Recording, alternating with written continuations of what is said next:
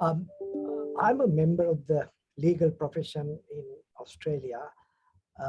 I got my basic qualifications in Sri Lanka and then moved to England. From there, I migrated to Australia. So for the past 40 plus years, I have been practicing in Australia. I work for a medium-sized firm. We have about 250 employees. I'm a partner of that firm.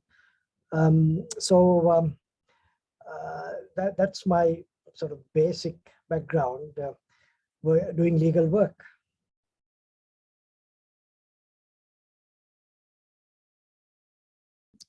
Australia is a parliamentary democracy, which means that it upholds the fundamental principles and concepts of a democratic legal system, such as supremacy of the law, separation of powers, independence of the judiciary, and accountability, accessibility, and of course open government. So it's a vibrant democracy, and the strengths are enormous. I think what comes with an independent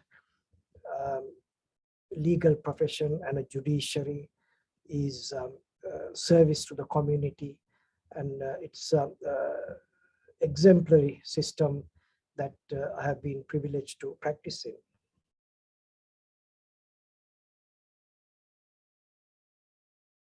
In theory, Sri Lanka has a very similar system,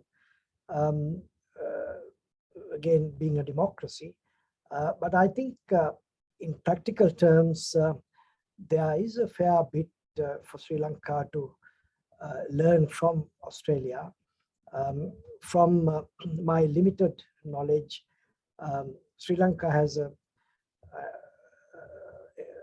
excellent lawyers and really superior judges, but there are issues that can be addressed and things that can be learned from Australia. Just for example, delays in getting justice. I think that's something that needs to be fixed.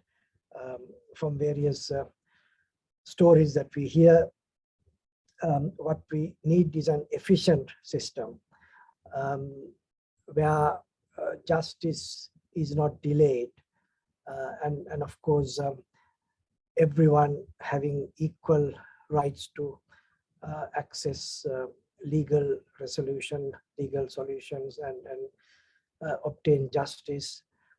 I think these are the important things for Sri Lanka to learn from Australia and of course other democracies.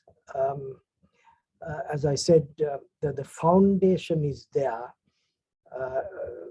Legal education is really above average in Sri Lanka, and the legal profession, very dignified judiciary. It's a question of bringing all these together and finding a way to serve the community in a much better, much more efficient and fair way. That's what justice is all about.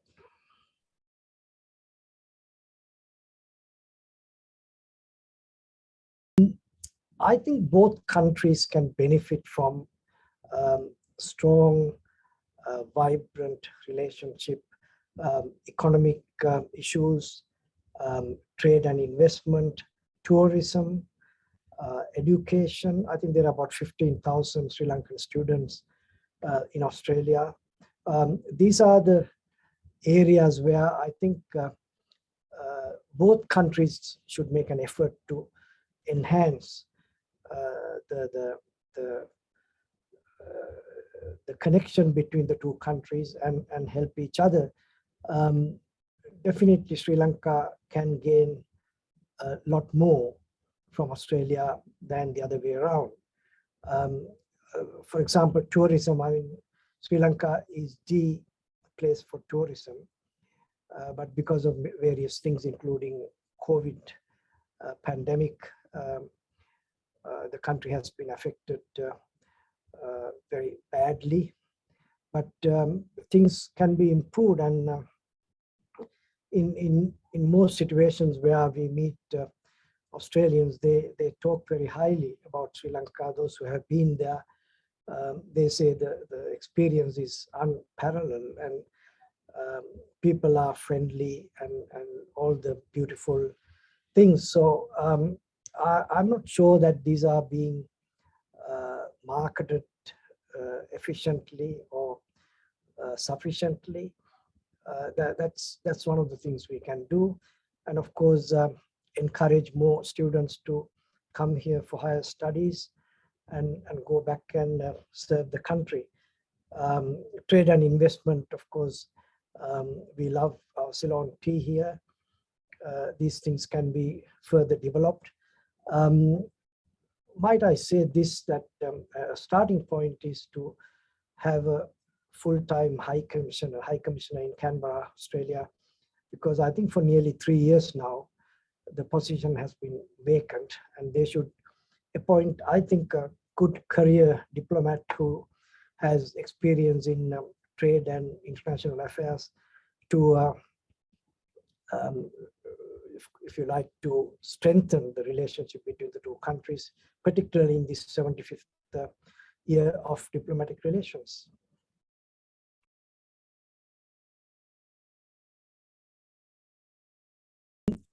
I would reinforce what I have been saying, that the message should be, we've had this ongoing relationship. In fact, Sri Lankans came to Australia 200 plus years ago when the British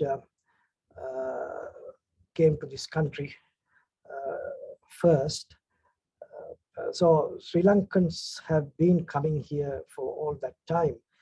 Although the diplomatic relations were established 75 years ago, I think it's a good time to look back and, as I said, help each other, get the relationship going, strengthen it,